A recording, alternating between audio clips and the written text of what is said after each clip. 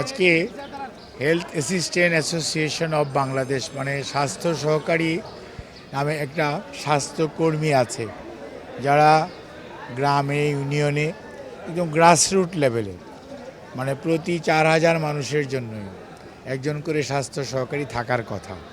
তো এবার বুঝেন 17.5 কোটি মানুষ হলে কতগুলো হেলথ অ্যাসিস্ট্যান্ট হওয়া উচিত, এবং ইনারাই গ্রাসরুট লেভেলে মানুষের স্বাস্থ্যসেবা সুনিশ্চিত করার জন্য চিকিৎসকদের পাশাপাশি স্বাস্থ্য ব্যবস্থাকে সঠিকভাবে যাতে চলতে পারে এবং বিভিন্ন ধরনের আপনার সংক্রামক এবং অসংক্রামক ব্যাধি, জন্ম মৃত্যু, এগুলোর প্রত্যেকটা জিনিসের রেকর্ড কিপিং, নতুন কোনো ডিজিজ কোনো এলাকায় যদি প্রাদুর্ভাব হয় সেটির স্যাম্পল কালেকশন থেকে শুরু করে সব কিছুই স্বাস্থ্য সহকারীরা প্রত্যেকটা গ্রামে এবং ইউনিয়নে ওয়ার্ড পর্যায়ে এনারা দায়িত্ব পালন করে। কাজে তাদের একটি সমিতি health assistant association of Bangladesh, সংক্ষেপে ওনারা হেপ বলেন। এনারা একজন স্বাস্থ্যকর্মী। দেশের অনেক মানুষই হয়তো তাদের কার্যের কর্মপরিধি, তাদের কাজের নেচার কী ধরনের অনেকেরই ধারণা নেই।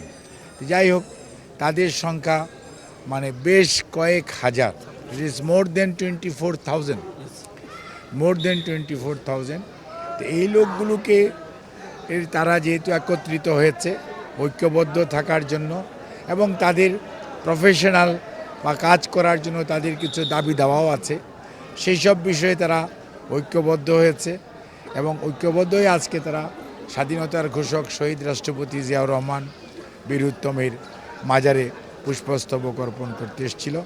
সেই জন্য আমি বাংলাদেশের সকল স্বাস্থ্য সহকারী হেলথ অ্যাসিস্ট্যান্টদেরকে ধন্যবাদ জানাই, কৃতজ্ঞতা জানাই যে তারা শহীদ জিয়ার আদর্শে অনুপ্রাণিত হয়ে উদ্বুদ্ধ হয়ে আজকে ওনারা এখানে ওনার মাজারে পুষ্পস্তবক এবং ফাতেহা পাঠ করার জন্য, দোয়া করার জন্য এসেছিলেন এবং তাদেরকে হয়তো ভবিষ্যতে তারা একটি ব্যাপক বড় সংগঠন হিসাবে আত্মপ্রকাশ করতে পারে। আমি এই দোয়া করি মহান রাব্বুল আলামিনের কাছে। আর তাদের কিছু প্রফেশনাল কাজ করতে গেলে সব মানুষেরই কিছু যদি কাজের পুরস্কার না থাকে এবং কাজ না করলে তিরস্কার না থাকে এবং মানুষের যদি কোনো কেরিয়ার প্ল্যানিং না থাকে ভবিষ্যতে তার কি হবে, তাহলে মানুষ কাজের প্রতি আগ্রহ হারিয়ে ফেলে। কাজেই কাজের প্রতি আগ্রহ যাতে ধরে রাখতে পারে সেই জন্য তাদের কেরিয়ার প্ল্যানিংয়ে তাদের পদোন্নতির বিষয়, তাদের বেতন ভাতার বিষয় আছে, সামাজিক মর্যাদার বিষয় আছে। সেই সব বিষয়গুলো আমরা আশা করব যে বর্তমান অন্তর্বর্তীকালীন সরকার অত্যন্ত গুরুত্ব সহকারে বিবেচনা করবে।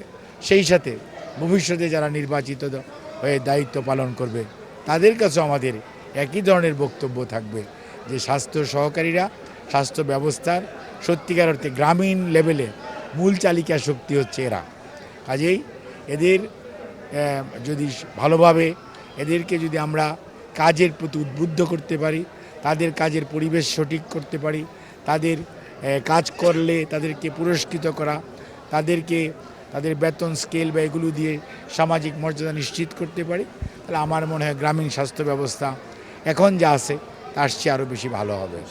আর আপনি যে কথাটি বলেছেন, সত্যিকার অর্থে এখন বাংলাদেশে যদি আজকে কথা বলতে হয় তাহলে একটি জিনিস, এই শহীদ জিয়ার মাজারে দাঁড়িয়ে আজকে আপনাকে পিছনের দিকে যদি ফিরে তাকান, এই বাংলাদেশের সৃষ্টি, বাংলাদেশের স্বাধীনতা, মুক্তিযুদ্ধ সব কিছুর পিছনে যে মানুষটির অবদান সবচেয়ে বেশি, তিনি হচ্ছেন শহীদ রাষ্ট্রপতি জিয়াউর রহমান বীর উত্তম। কারণ উনি স্বাধীনতা ঘোষণা করেছিলেন কোন সময়টিতে, যে সময় যাদের ঘোষণা করার কথা ছিল তারা অনেকেই পালিয়ে গিয়েছিলেন, কেউ কেউ আত্মসমর্পণ করেছিলেন। জাতি তখন দিশাহীন ছিল, হতাশায় নিমজ্জিত ছিল। তখন আমরা ছিলাম ভাই। কাজে আমরা আমাদের নিজের চোখে যা দেখেছি, সেই সময় আশাহীন এবং হতাশাগ্রস্ত জাতিকে যে মানুষটির ঘোষণা আবার স্বাধীনতা যুদ্ধে ঝাঁপিয়ে পড়তে উদ্বুদ্ধ করেছিল, সেই ঘোষণা হচ্ছে আমি মেজর জিয়া বলছি। এই যে জিনিসটি যারা শুনেছে, আমাদের মতো বয়সের মানুষরা সবার রক্ত টক বগিয়ে উঠেছে এবং সবাই আবার আর পিছন ফিরে আর তাকিয়ে সারা ঘুরে দাঁড়িয়েছে এবং জাতি ঘুরে দাঁড়িয়েছে। 9 মাসে এই দেশ স্বাধীন হয়েছে আলহামদুলিল্লাহ। জনগণের স্বতঃস্ফূর্ত অংশগ্রহণ এবং লক্ষ লক্ষ শহীদের রক্তের বিনিময়ে এবং হাজার হাজার মা বোনের ইজ্জত সম্ভ্রমের বিনিময়ে অর্জিত আমাদের স্বাধীনতা। আজকে স্বাধীনতার ৫৪ বৎসর পরে আমরা যখন দেখি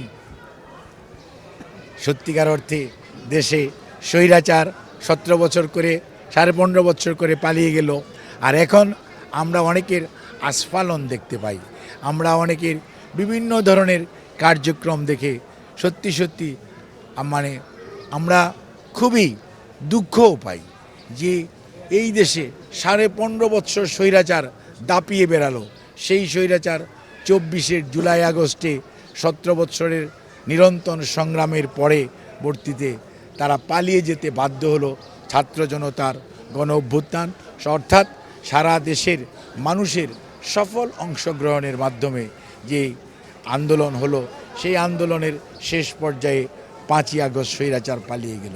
এর থেকে আমাদের শিক্ষা নেওয়া উচিত ছিল। আমাদের শত শত নেতাকর্মী গুম হয়েছে, হাজার হাজার নেতাকর্মী শহীদ হয়েছে, হাজার হাজার নেতাকর্মী পঙ্গু হয়েছে, হাজার হাজার মানুষ আজকে পঙ্গুত্ব বরণ করে আছে, এবং তারপরেও আমরা আজকে নিজেদের মধ্যে বিভাজন করছি এবং সত্যিকার অর্থে কোন জিনিসটা আগে হবে না পরে হবে সেইটা, কিন্তু কেউ জনগণের কথা চিন্তা করছে না। সবাই অনেক সুশীল মানুষ, অনেক দেশি বিদেশি মানুষ এসে এখন সংস্কারের বয়ান তৈরি করে আজকে দেশে সংস্কারের উপস্থাপনা করেছে, তাদেরকে আমরা ধন্যবাদ জানাই। কিন্তু ওনারা সংস্কারের কথা নিজেদের চিন্তা ভাবনা সেই সমস্ত সুশীল মানুষগুলোর কাছে আমাদের জানার আগ্রহ আছে। যখন মানুষ গুম হচ্ছিল তখন তো আপনারা কথা বলেন নাই, যখন মানুষ শহীদ হচ্ছিল তখন তো আপনারা কথা বলেন নাই, যখন লক্ষ লক্ষ গায়েবী মামলা হচ্ছিল তখন তো আপনাদের মুখ দিয়ে কোনো শব্দ বের হয় নাই। আপনাদের সবাই এখন দেশ গড়ার জন্য ঝাঁপিয়ে পড়েছেন ৫ই আগস্ট ২৪-এর পরে। এটার জন্য ধন্যবাদ দেই আপনাদেরকে, আপনাদের এই উদ্যোগকে। কিন্তু মনে রাখতে হবে, যারা মাঠে ময়দানে ছিল তাদেরকে যদি আজকে আন্ডারমাইন করেন তাহলে সত্যিকার অর্থে সেই সমস্ত শহীদদের রক্তের প্রতি আপনার বিশ্বাসঘাতকতা করা হবে। কাজে দয়া করে এটি না করে জনগণ গণতন্ত্রের জন্য উন্মুখ হয়ে আছে, সমস্ত কিছু ঝেড়ে ফেলে জনগণের যে চাওয়া, অর্থাৎ আমার ভোট আমি দেব, যাকে খুশি তাকে দিব, নির্ভয়ে দিব, নির্বিঘ্নে দিব, এরকম একটি পরিবেশ নিশ্চিত করার দায়িত্ব অন্তর্বর্তীকালীন সরকারের, এবং তারা সেই লক্ষ্যে কাজ করছে বলে আমরা এখনও বিশ্বাস করি। যদিও তাদের ইদানিংকালের কিছু কার্যক্রম নিয়ে অনেক সন্দেহ হয়েছে এবং তারা যা কথা বলেছেন বাস্তবে তার প্রতিফলন অনেক ক্ষেত্রে ঐক্যমত কমিশন দেখাতে পারেনি। তাদেরকে মনে হয়েছে যে কোনো একদিকে ওনারা হেলে পড়েছেন, কিন্তু মনে রাখতে হবে বামেও যাইতে পারবেন না, ডানেও যেতে পারবেন না, মেরুদণ্ড সোজা করে দাঁড়িয়ে থাকতে হবে। আর কেউ কেউ বলেন অমুক সরকার হবে, ভাই জনগণ সিদ্ধান্ত নেবে ভোটের মাধ্যমে আগামী দিনে কারা সরকারে জনগণ কাদেরকে দায়িত্ব দিবে। আপনি একজন রাজনৈতিক দলের নেতা হয়ে সাংবাদিক সম্মেলন করে বা ছোট্ট একটি অনুষ্ঠানে বলে দিলেন জনগণের কথা বলে জনগণকে তুচ্ছ তাচ্ছিল্য করছেন। আসেন জনগণের কাছে যাই নিজের কর্মসূচি নিয়ে, এবং জনগণ জাতীয় নির্বাচন ছাড়া অন্য কোনো নির্বাচনে জনগণের কোনো আগ্রহ নেই, কারণ জনগণ নির্বাচনের নামে অনেক প্রহসন দেখেছে। কাজে আমরা সুস্পষ্ট ভাষায় বলে দিতে চাই, জনগণের ইচ্ছায় যদি সত্যিকার দেশ পরিচালিত হতে হয় তাহলে জনগণের কাছে যেতে হবে, জনগণকে তার ইচ্ছার প্রকাশ করার সুযোগ দিতে হবে, এবং আগামী জাতীয় নির্বাচনই হচ্ছে একমাত্র উপায় যেটির মাধ্যমে গণতন্ত্র প্রতিষ্ঠিত হবে, জনগণের ইচ্ছার বহিঃপ্রকাশ ঘটবে, জনগণ সিদ্ধান্ত নেবে আগামী দিনে দেশ পরিচালনার জন্য কাদেরকে দায়িত্ব দিবে। কোনো সুশীল অথবা কোনো রাজনৈতিক দল সিদ্ধান্ত নেওয়ার কোনো ক্ষমতা সংরক্ষণ করে না।